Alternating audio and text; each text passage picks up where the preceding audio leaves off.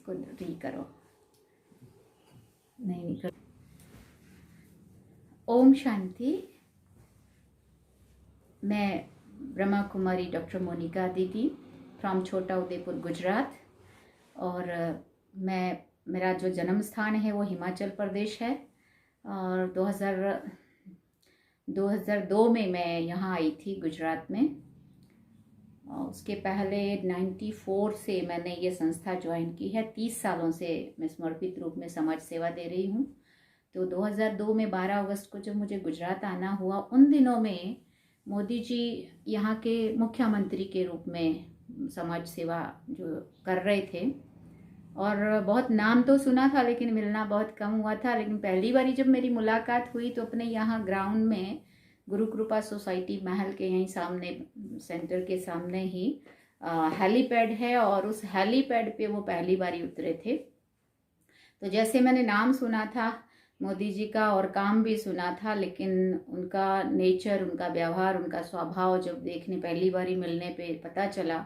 जैसे ही वो हेलीकॉप्टर से उतरे और हम यहाँ के जो धारासभ्य हैं प्रोफेसर शंकर भाई राठवा, उनके साथ गए थे, तो सिक्योरिटी को उन्होंने ऐसे साइड में हटाया और हमें बोला आप आ जाओ। तो इतने प्यार से, इतना जैसे अपनापन लगा। ऐसा नहीं लगा कि हम कोई एक नेताजी से मिलने जा रहे हैं, लेकिन ऐसा लगा कि एक जैसे हम समाज सेवा करने वाले लोग हैं, ऐसे ही वो भी हमारे को अपने जैसे ही लगे थे।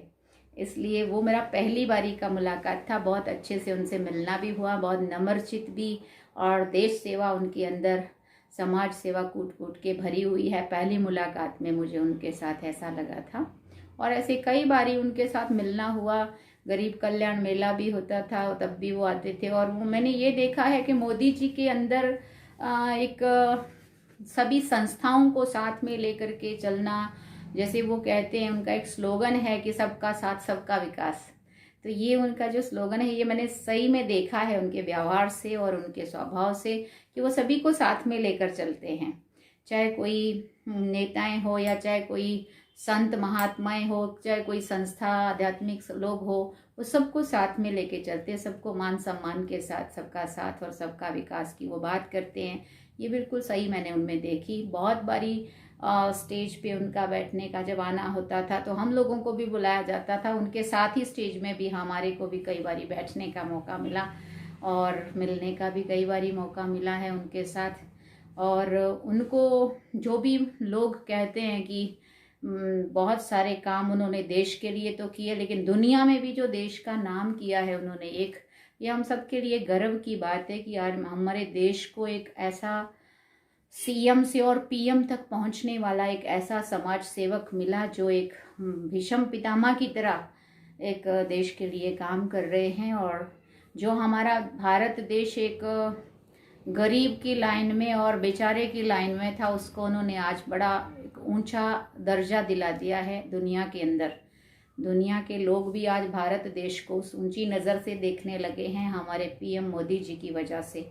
ये मैं पूरा श्रेय उनको देती हूँ, क्योंकि उन्होंने ही आज हमारे देश का भी नाम किया है और देश की जनता के लिए भी और दुनिया के लिए भी उन्होंने बहुत कुछ कर भी रहे हैं। और उन्हीं के हाथ में बागडोर रहेगी तो देश को बहुत आगे और ऊंचाई की ओर ले जाएंगे, ये मेरा पूर्ण विश्वास है। तो 2007 में माउंट आबू जब वो आए थे, वो प्रसंग क्या बताइए। हाँ, 2007 में जब हमारे चीफ ऑफ ब्रह्मा कुमारीज दादी प्रकाश मणि जी ने देह त्याग किया था, तब हम लोग सभी वहाँ पहुँचे थे। और पूरे देश के लोग, क्या पूरी दुनिया के लोग थे, हमारे संस्था से जुड़े हुए हजारों भाई बहने वहाँ पहुँचे थे। और बड़े दादी जी ने जब शरीर छोड़ा तो हम सभी को अंदर कमी तो हुई थी, लेकिन जैसे एक मेडिटेशन की में वो ताकत है कि हम लोग अपने उस दुख को कम करने के लिए, मतलब ईश्वर को जब याद करते हैं तो हमारा दुख अपना कम होता है, ऐसा हम महसूस करते हैं। हमने बहुत अपने आप को कंट्रोल किया था।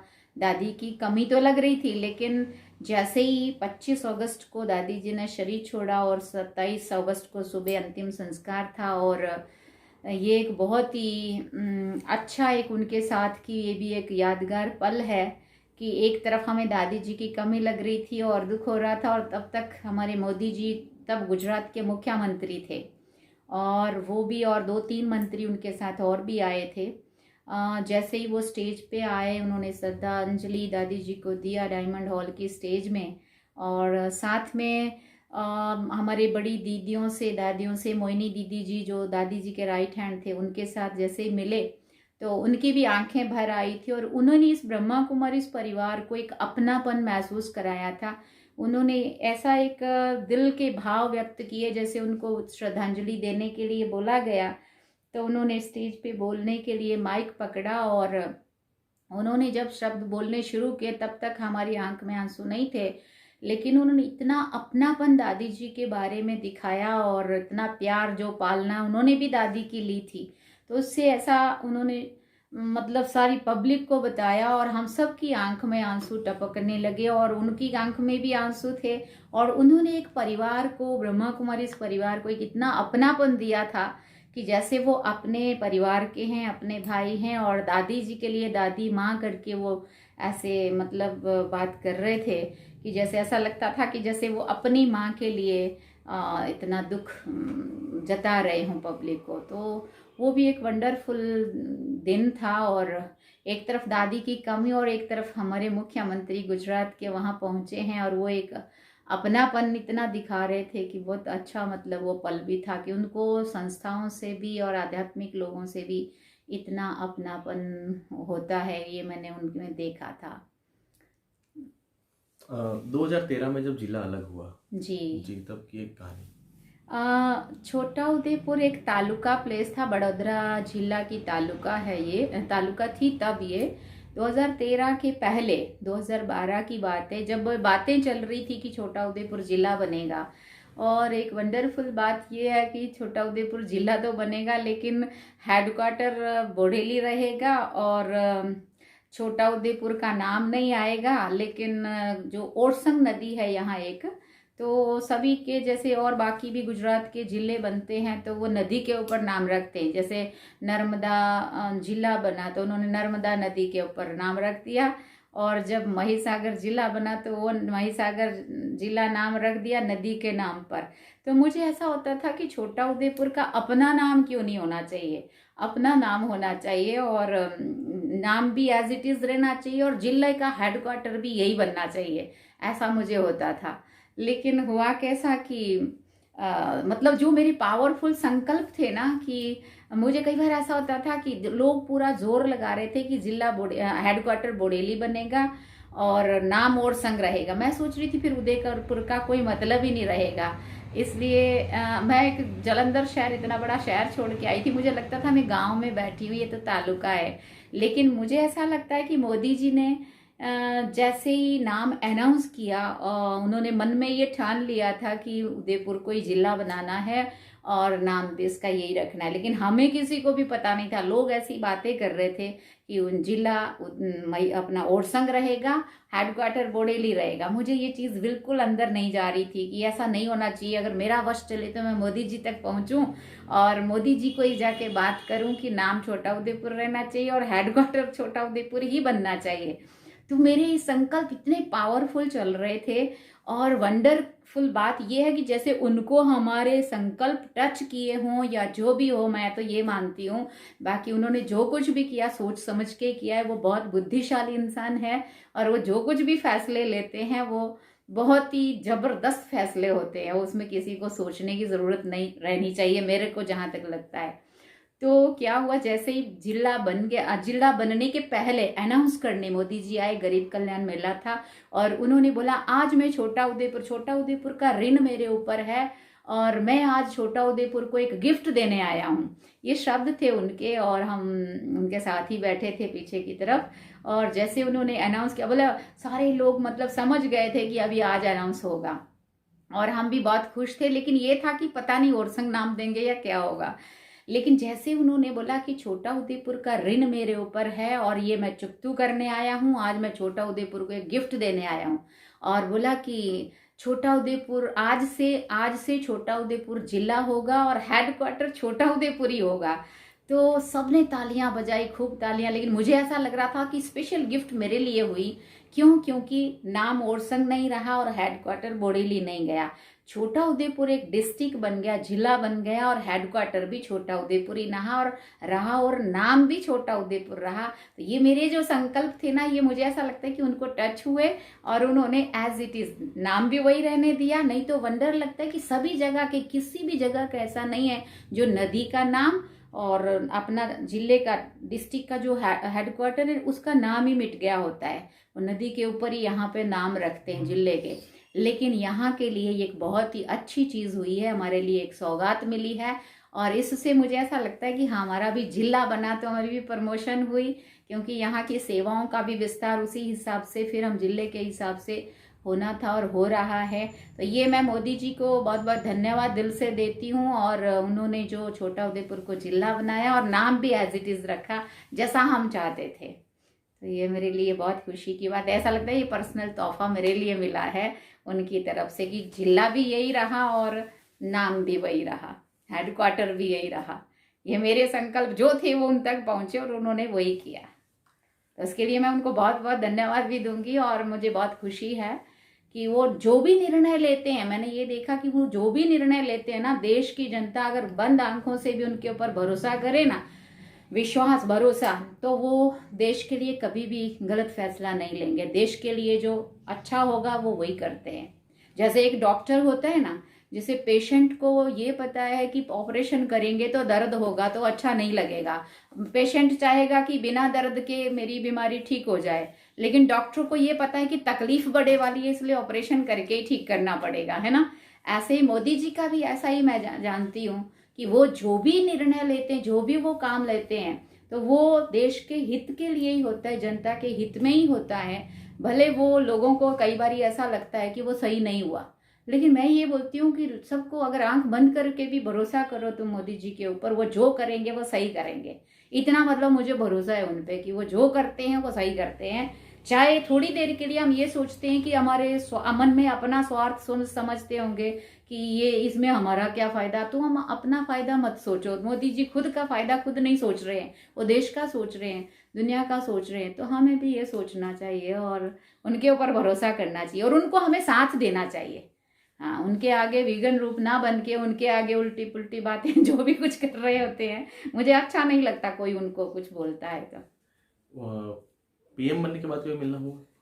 पीएम बनने के बाद मिली तो नहीं हूँ, बट बहुत बार मैंने कोशिश किया था और बहुत बार मैंने सोचा था और मेरी उम्मीद थी इस बारी वो यहाँ आएंगे और मैं उनको मिलने जाऊंगी। बट मैं एक अच्छी वाली बात सुनाती हूँ कि जैसे हम जिसके बारे में सोचते हैं ना, तो जिसके बारे में हम ऐसे सोचते हैं या बातें करते हैं, तो वो सपने में भी वो चीज़ें आती है। मैं बहुत बार सपने में मोदी जी से इतना नज़दीक से मिलती भी हूँ, बातें भी करती हूँ, कुछ सौगात भेंट कर रही हूँ, कुछ अपनी आदिवासी एरिया की कुछ सेवा समाचार सुना रही हूँ, कुछ कुछ ऐसा लगता है कि मैं जैसे उनसे मिल के ही आई अभी।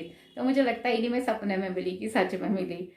तो वो तो हमारे देश के एक भीष्म पितामह है एक, मुझे ऐसा लगता है कि वो इस देश को उनकी सख्त ज़रूरत है।